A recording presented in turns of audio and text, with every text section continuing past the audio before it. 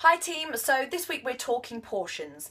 Now I've intentionally left it quite a few weeks before we approach this subject, really because it's far more important we know what we're eating, why, and the quality and integrity of those ingredients, that we worry too much about how much we're eating at the moment. That might seem absolutely crazy, but we're eating such clean whole ingredients that it's very, very difficult to overeat.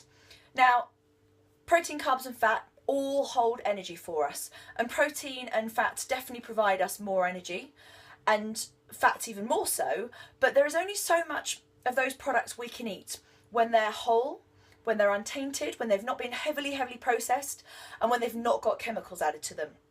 Now the example I'm going to give you is, you've got a plate of cookies in front of you, and then on a plate next to them you've got sliced avocado. How many of those cookies are you going to eat? Being honest, it's really easy to eat the whole plate. And why? Because you've got this deadly combination of saturated fat, chemicals, and lots of added sugar. And that may not just be the table sugar that you might have in your kitchen. There's probably at least 2 more versions of sugar in there, which are very chemical versions, completely unnatural. And those 3 sort of products, for want of a better word, combine together to be wonderful for the palate.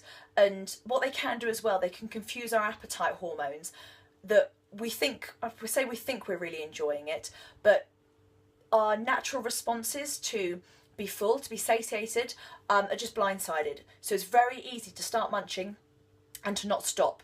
Remember, a lot of these chemical fats and these chemical sugars are put into these products as flavour enhancers, so we want to eat more, and as preservatives, so they can sit on the supermarket shelves for years. So it's not necessarily a matter of willpower that you keep eating when you start. There can be much more of a chemical response involved.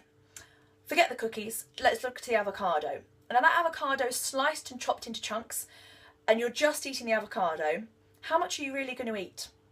First of all, it's a bit more difficult to eat than the cookies. Its texture, we do eat it a little bit slower, we're forced to, and it is a very high content fat. It has got a very rich, creamy texture, not dissimilar to butter, especially when they're nice and ripe. If you got all the way through that avocado, that's pretty good going. But I'd imagine you'd get half or 3/4 of the way through, and I've had enough. And that's because our body has been able to respond naturally. Our hormones have kicked in, they're doing their job, and they send chemical messages around the body to say, I'm full, I've had enough. Whereas when we have a very processed food, that just doesn't happen. So the sort of little moral of that story is, when we're eating clean, whole ingredients, we could combine them together to make great recipes.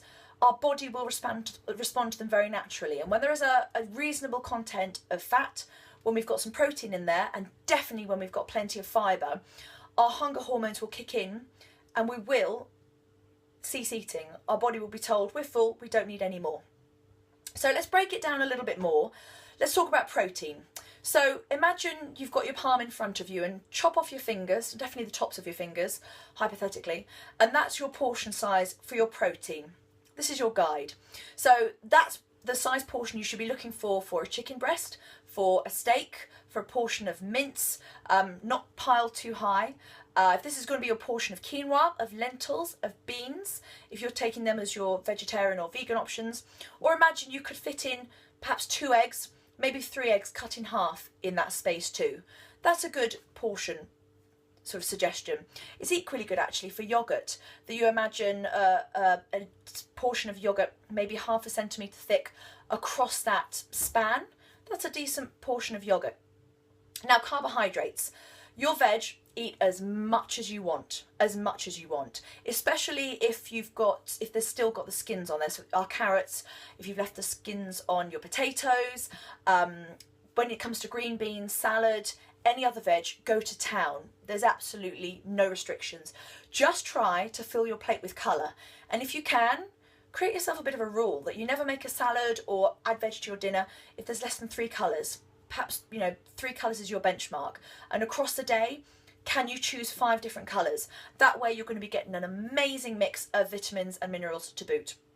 Now our complex carbohydrates, and those which are a little bit more starchy, we want to keep to the portion size of a clenched fist. So this is a really good guide for a potato.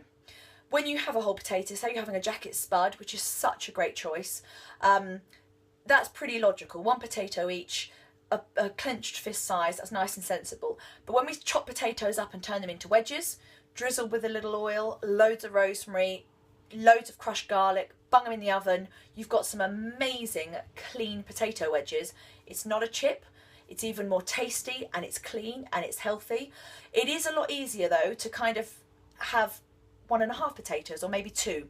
So show restraint if you're making wedges or dicing the potato, something like that. Then when it comes to the slightly more processed version, so we've got our whole grain rice, whole grain pasta, definitely be much more mindful that you're working with a clenched fist. Now for rice, this may not be too dissimilar with what you do naturally, but with pasta, this could be a little bit of a behaviour change. When we go to Italian restaurants in the UK, our pasta dishes are a plate of pasta piled up high, probably with some tomato sauce or a creamy sauce, and you might be able to recognise a veg in there if you're lucky. When we're preparing at home, we've got to take much more control. Your cooked pasta is a clenched fist, and then you load that plate with as many veg as you can, different colours, and a homemade tomato sauce. You want to make it creamy?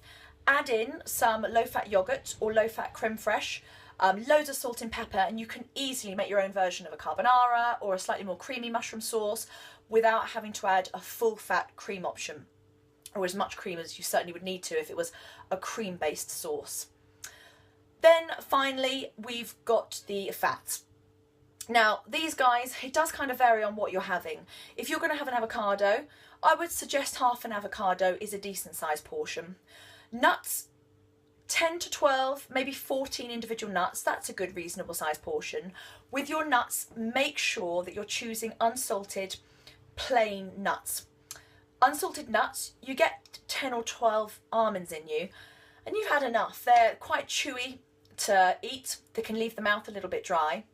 Whereas if those nuts are honey roasted or if they're salted, it is so easy to keep munching and end up ploughing your way through that bag. Why? Because of the added chemicals, the additives, the flavour enhancers, the added sugar. The difference between the clean whole products and the ones which are very processed and chemically altered, that's the difference between allowing our satiety hormones to naturally do their job, or they become confused and we end up eating way too much. So I hope this portion video has given you a little bit more insight into how much we should be putting onto our plate. But the really key message is, don't be too scared about the quantity of food you're eating. Very often, when we start eating a much cleaner diet, when we become a lot more conscious about removing chemicals from our diet, when we're not having very, very processed foods, and we're conscious of how much added sugar there is, we often end up eating a lot more.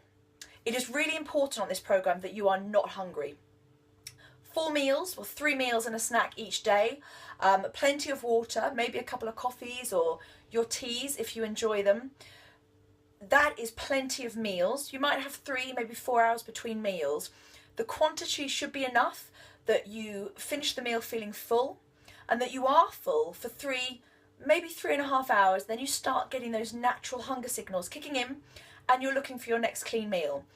It could take you up to a month to kind of re-regulate your hormones. If you've been having a lot of processed food and a lot of sugars, a lot of chemicals, it could take that time frame to reprogram things, to reset things. So be patient, but don't go hungry.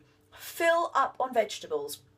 Get plenty of protein, sensible quantities of fat, and loads of fibre in your diet. There is never a need to go hungry on this diet. Drink plenty of water, at least 2 litres a day. Make sure your urine is pale yellow, that's a good guide. And most of all, enjoy your food. This programme is not about punishment, and it's not about eliminating any foods from our diet. Have a wonderful, wonderful week. I really look forward to catching up with you very, very soon. I hope you're taking part in our forums. They're one of my favourite parts of this programme. I love getting your questions and responding to them. If you've got a question, don't be shy. No question is stupid.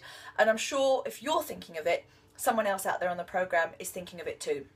Have a wonderful week, and I'll catch up soon.